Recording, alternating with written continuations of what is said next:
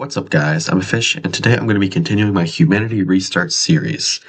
In the last episode, there was a giant conflict in the Indian Ocean that I'm going to be dubbing the Deccan War. Um, so in the Deccan War, there was three main theaters. Those being Southeast Asia, India, and Africa. Um, so yeah. Anyways. As you can see, South India is a lot bigger now. They got a lot of territory in Ethiopia, they got a lot of territory in Southeast Asia, and they got a control of all of Malaysia. North India has grown quite a bit bigger. It's not as clear, but they've definitely gotten a lot bigger. Um, Bengal is pretty much useless now. Like their alliance lost. Their alliance doesn't even exist anymore. No alliance exists as of now because the Rhombus alliance dissolved immediately after the war. Meanwhile, the Triangle alliance was forced to dissolve after the war by the peace treaty. The top 10 rankings were updated, and yeah, these two countries became higher rank than Persia. Persia intervened in the war but lost. They didn't lose any territory, but still another sign that their empire may be coming to a close. The religion map has been updated. So as we can see, this light blue religion has grown even larger. It's now especially prominent in Aragon. It's starting to kill out Italy's religion. But other than that, I mean, oh yeah, it's spread a lot over here too in this area. So about the spreading of this religion, there are a few countries that don't really like that.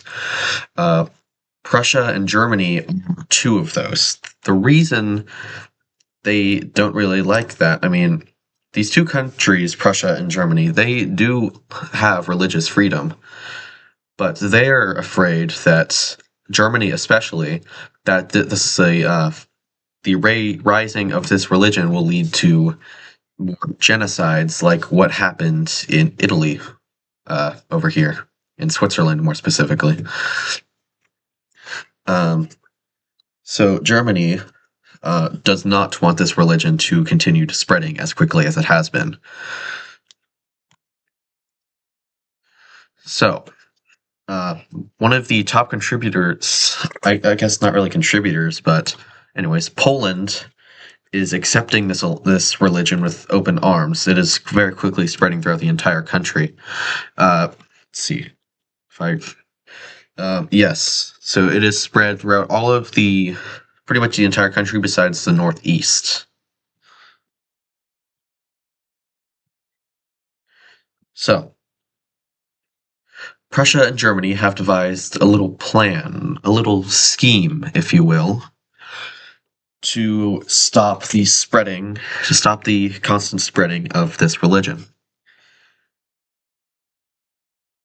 And this plan begins with, I mean, I'm assuming you can go see where this is going. It's going to begin with the invasion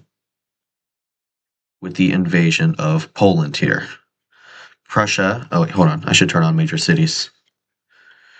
Prussia is going to start by capturing 3 major cities in the northwest here. And Germany is very quickly going to join in by attacking the southern regions here. Now, Poland has been a pretty neutral country for most of its existence, but because of the spreading of this religion, it has had pretty strong ties diplomatically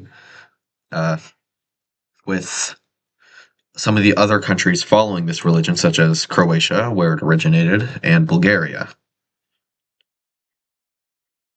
So these two countries will begin to, they will show their support for Poland in this war, but they're not going to be they're not going to be directly involved. Now, Poland, it's not looking good for Poland because they haven't been able to stop the troops from Germany and Prussia that are still flooding into their country.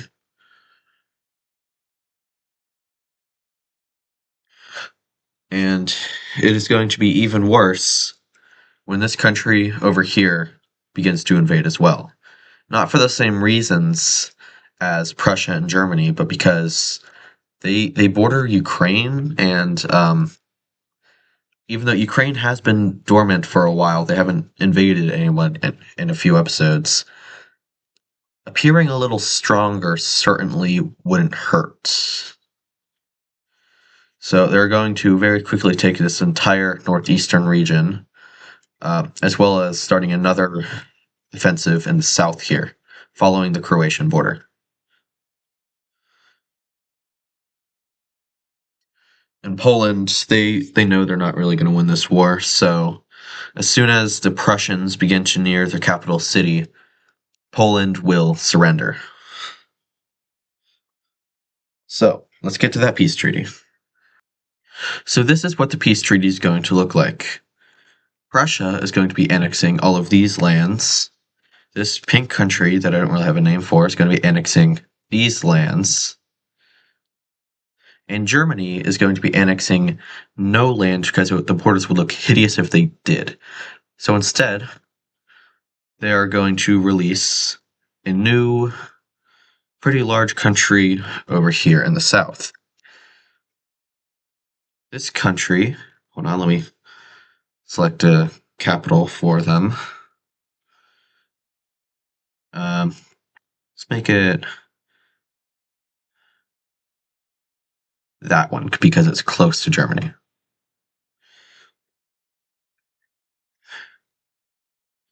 So this new country is going to be a puppet state to Germany. So let me just color that, and there we go.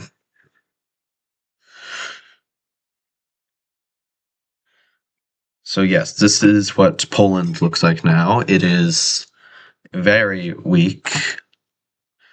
And pretty much immediately, we're going to start to see the blue religion lose a little bit of land. Not all that much, but just a little bit. Especially in the north here. We'll lose a lot of the coastal areas.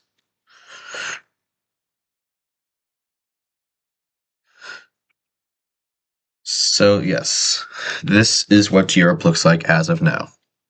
Now we're going to be making our way to Southeast Asia here. You see, in the last video, when Cambodia was quote-unquote fully taken over, I completely forgot about their colony over here. But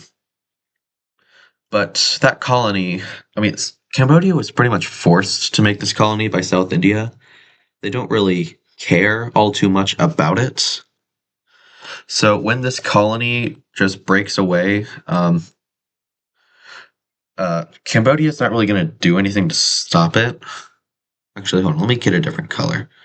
If Malaysia is not going to exist anymore, we can at least reuse the pretty good color.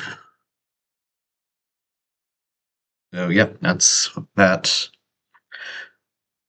And while staying in the same region, we're going to take a look at Laos.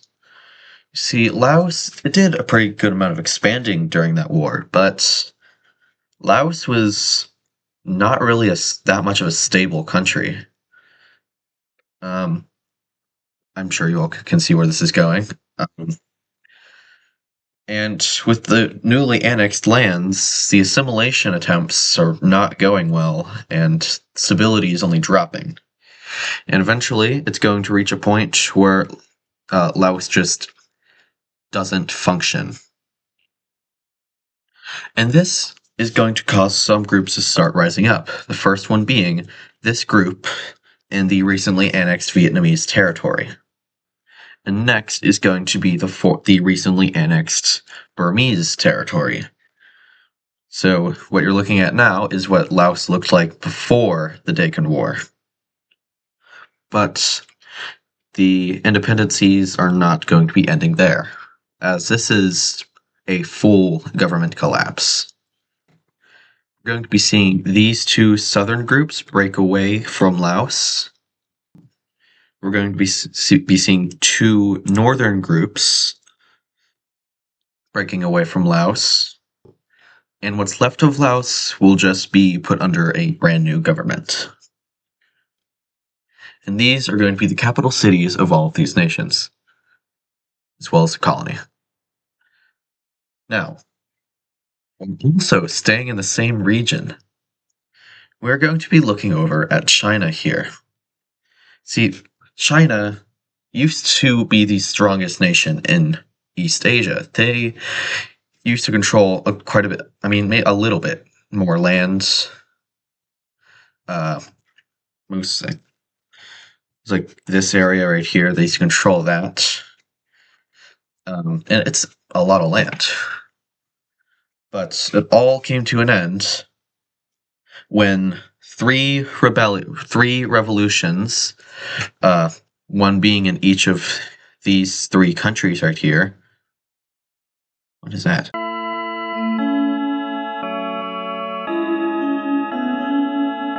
Each being in one of these three countries right here, unified to form the Green Chinese country. Now, considering that this country formed from a rebellion in these three countries, I think it's safe to assume that those three countries don't like Green China. Now, you would think that most of these countries that were in the Deccan War probably want to stay at peace for a while after this big war. And you would be correct. But there's an exception. When China invaded into Vietnam and annexed these territories over here, they had a small taste of the glory that they once were. A larger empire in East Asia. Ever since they lost that land in the north, they've been incredibly dormant. But now that they've had a small taste of glory, they want more. And so, diplomats from China are going to go to the Blue Chinese country and the Red Chinese country, and are going to ask them one simple question. Do you want revenge?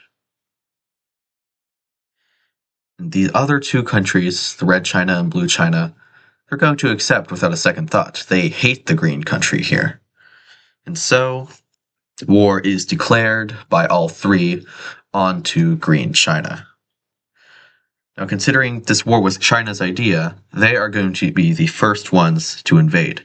They're sending their forces up the coastline and gathering all of the populated areas and swiftly capturing the capital city. Although it doesn't last long, as a long-lasting, bloody battle ends with the capital city being recaptured.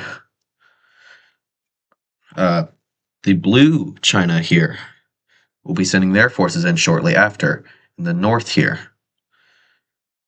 Also, I think this is the point where I should say that the Blue Country didn't actually lose any land. They beat the rebellion in theirs. I just now remembered that. Whatever. Anyways, they're going to effectively split Green China in half by taking this one city, which will allow Red China here to very easily push in and take lots of land. Now, this area, there were forces in this northern region, so they will still be facing some pushback, especially on the coastline here in this peninsula, where the more populated areas are. But eventually, with the help of Blue China, the area will inevitably fall over. While all this was happening, Yellow China in the south has captured all of the land surrounding this lake and have pushed towards the capital once again from multiple directions. The capital will be captured once more, and the rest of the lands will capitulate. So, let's look at the peace treaty after I go back a few videos and see what the old borders look like. So this is what the peace treaty is going to look like. China is going to start by annexing all of these southern lands down here, including these islands. Next, the red China is going to be annexing these lands. And finally, blue China, because they had to get something, will be annexing these lands right here. And it is me just now. Oh, what the? Okay. Sorry, I accidentally closed the tab. Okay, it is me just now realizing that this whole section didn't paint, so I need to do that too. Okay. Oh. That didn't paint either. Okay. Yeah, it's all painted. Okay, so this is what China looks like now. China got back most of their old lands, but of course, because of Blue China's help in the war, they couldn't get back all of it. Same story with the Red China. They got most of their land back, not quite all of it. But this is what Asia looks like now. Before we wrap up this episode, we're going to be seeing one more thing happen, and that is going to be another collapse. You see, halfway through the war, Ethiopia decided to switch sides, and, well, look where it got them. They have no coastline, kind of like in real life. They lost a bunch of their populated areas. Sudan looks hideous now. And yeah, not really good. On top of all of this, stability pretty much crumbled after the war. Because all of the citizens were convinced to be on the side of South India and North India. And their government just switching halfway through, the citizens weren't really too fond of it. Some were calling the government cowardly for switching sides, even when they still lost. And so this is going to lead to, again, stability crumbling.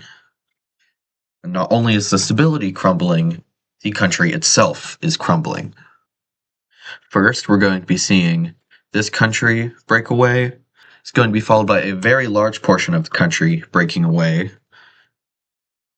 And no, not just because it's brown Ethiopia doesn't mean it's a reference to AdizzPro's Wixo.